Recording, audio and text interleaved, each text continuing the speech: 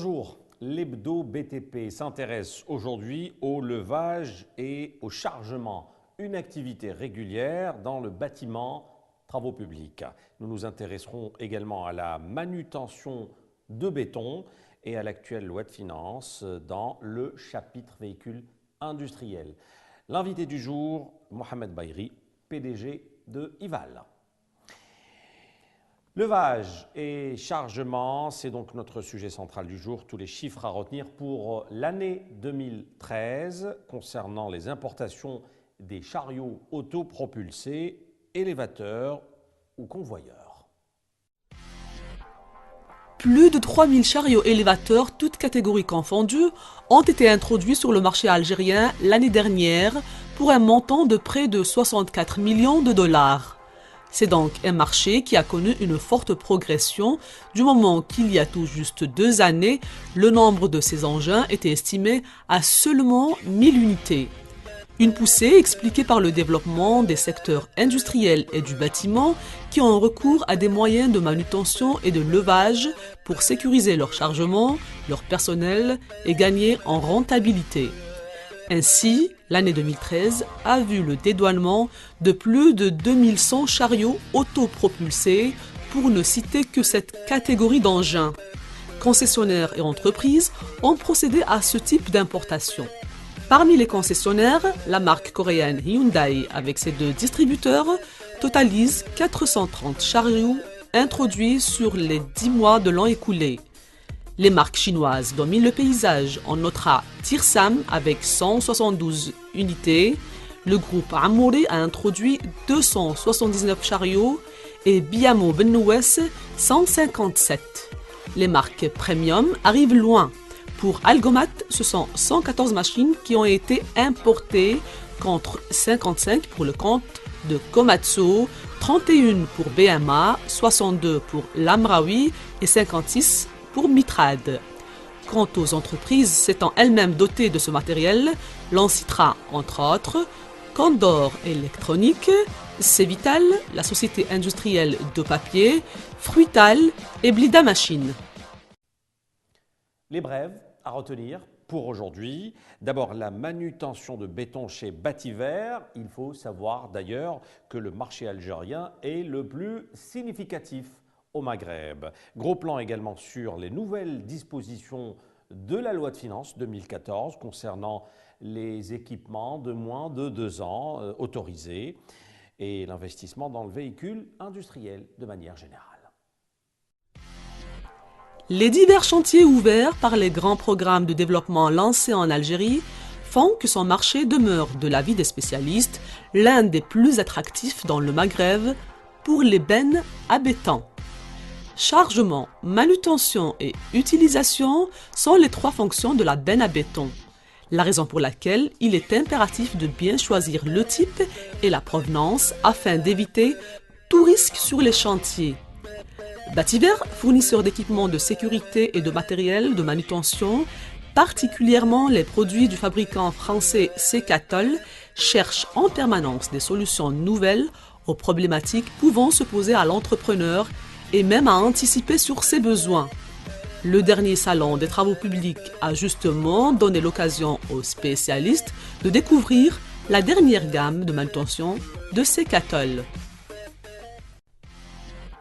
Même s'il n'est pas énorme, un changement a tout de même été apporté au paysage économique algérien par la loi de finances pour 2014. Il y a ainsi lieu de citer cette mesure qui n'a pas manqué de ravir nombre d'industriels, puisqu'elle leur permet d'importer pour leurs propres besoins des équipements usagés de moins de 2 ans et qu'ils devront conserver dans leur patrimoine pendant au moins 5 ans, à condition, bien entendu, que la gamme en question ne soit pas produite en Algérie. Une autorisation qui s'étalera jusqu'à la fin de 2015. L'autre mesure touche les véhicules industriels produits localement, car à la faveur de cette loi, ils ne seront pas concernés par la taxe sur les véhicules neufs. En revanche, il y a été instauré pour les importateurs des véhicules l'obligation d'investir dans un délai de 3 ans dans un créneau ayant un lien avec l'industrie de l'automobile. Notre invité du jour, je vous le disais, Mohamed Bayri, le PDG de Ival. Bonjour. Bonjour. Bonjour. Merci beaucoup d'avoir accepté notre invitation. Je vais vous demander tout d'abord de nous présenter un peu IVAL et principalement ce segment BTPH. Bon, tout d'abord, je vous remercie pour l'invitation.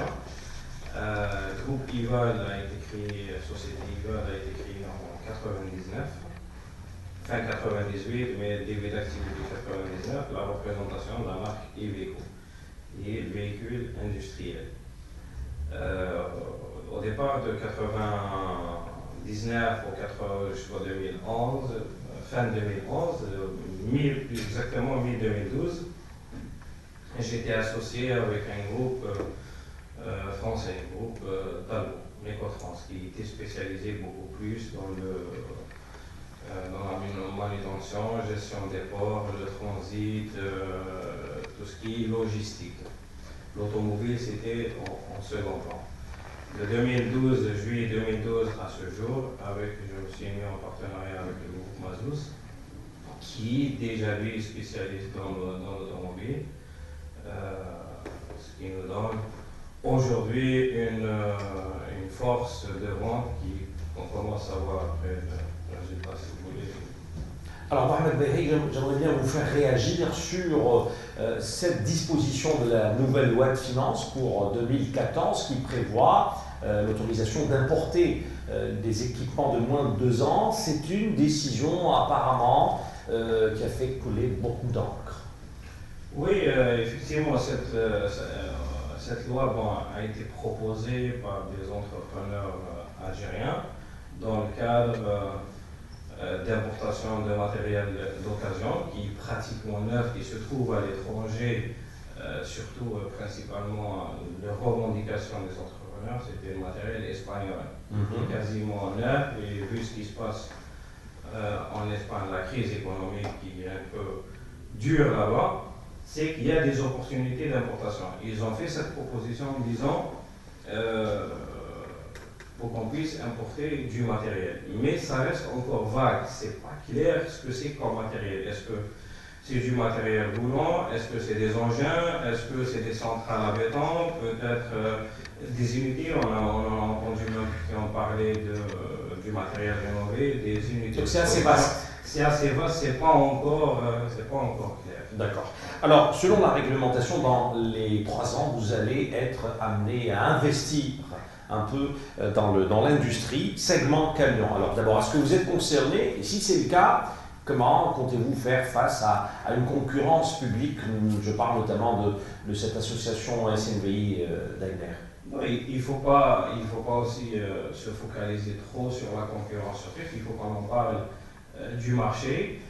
Aujourd'hui, tout le matériel est bien importé. Il ne faut pas qu'on reste à ce niveau, parce que moi, je me rappelle au niveau de la C2A, quand j'étais président de l'association, on a défendu ce genre d'initiative pour y aller vers l'industrie, vers la sous-traitance, vers la création et la richesse de l'emploi, aussi ici localement. Moi, je trouve que c'est une excellente chose. Il faut l'appliquer. Vous allez vers bien sûr, investissement. il faut quand même, parce qu'on a vu que il faut qu'on en parle franchement. Vous savez, on a aujourd'hui ici 90% pratiquement des concessionnaires qui détiennent le marché, c'est des étrangers. Ils ont un savoir-faire, ils ont ramené quand même une plus-value, ils ont ramené des choses très positives dans le marché de l'automobile. Maintenant, il faut qu'on aille, qu'ils nous accompagnent vers l'industrie de la sous-traitance de la pièce de rechange. D'accord. Alors, votre stratégie est axée sur un peu, on va dire, du matériel premium, haut de gamme. Comment vous arrivez à sélectionner votre clientèle? Aujourd'hui, un opérateur économique, un entrepreneur, risque d'être, on va dire, appâté par des produits bas de gamme qui existent également dans le marché algérien. Justement, nous, ce qui concerne Iveco, on a 2 produits maintenant à proposer pour accompagner l'entrepreneur. Vous savez, c'est le produit premium, c'est un peu cher, c'est des produits de qualité qui ne sont pas accessibles effectivement à tout le monde. On a offert, Iveco a décidé d'investir en Asie, principalement en Chine, où ils ont racheté 2 unités. C'est pour réduire les coûts de production et pour qu'on puisse offrir à nos clients une multitude de produits qu'on a commencé déjà à importer. Si on parle de BTP, c'est des malaxeurs, des camions à grue, des camions à bain, avec 30 à 40% moins cher que le premier, tout en offrant la même qualité de service et la même garantie. D'accord. Alors, j'ai les chiffres en ma possession. Votre entreprise a enregistré une forte croissance en 2013, plus 90%. Votre secret, votre réseau de distribution notamment? Oui, c'est le réseau et c'est le fruit de partenariat avec le groupe Mazouz où il a déjà pris l'avance sur la vente des véhicules. D'accord. Vous êtes aussi dans la filière automobile. Vous préférez le BTP ou l'automobile aujourd'hui, Mohamed Bahri, honnêtement? Honnêtement, notre vocation, ça a été déjà au démarrage, je vous ai dit tout à l'heure, c'est Iveco, c'est véhicule industriel. La voiture, c'était à la demande de nos partenaires. On a repris la voiture pour certains temps. On fait aussi Mazda, mais Mazda, nous, on s'est beaucoup spécialisé sur le véhicule utilitaire et industriel. On est réellement dans le secteur du BTP, comme l'émission l'indique. Merci beaucoup, Mohamed Bahri. Ouais. Merci beaucoup d'avoir accepté notre invitation. Je rappelle que vous êtes le PDG de Ival. Merci, c'est comme ça. Voilà, on se retrouve le prochain numéro.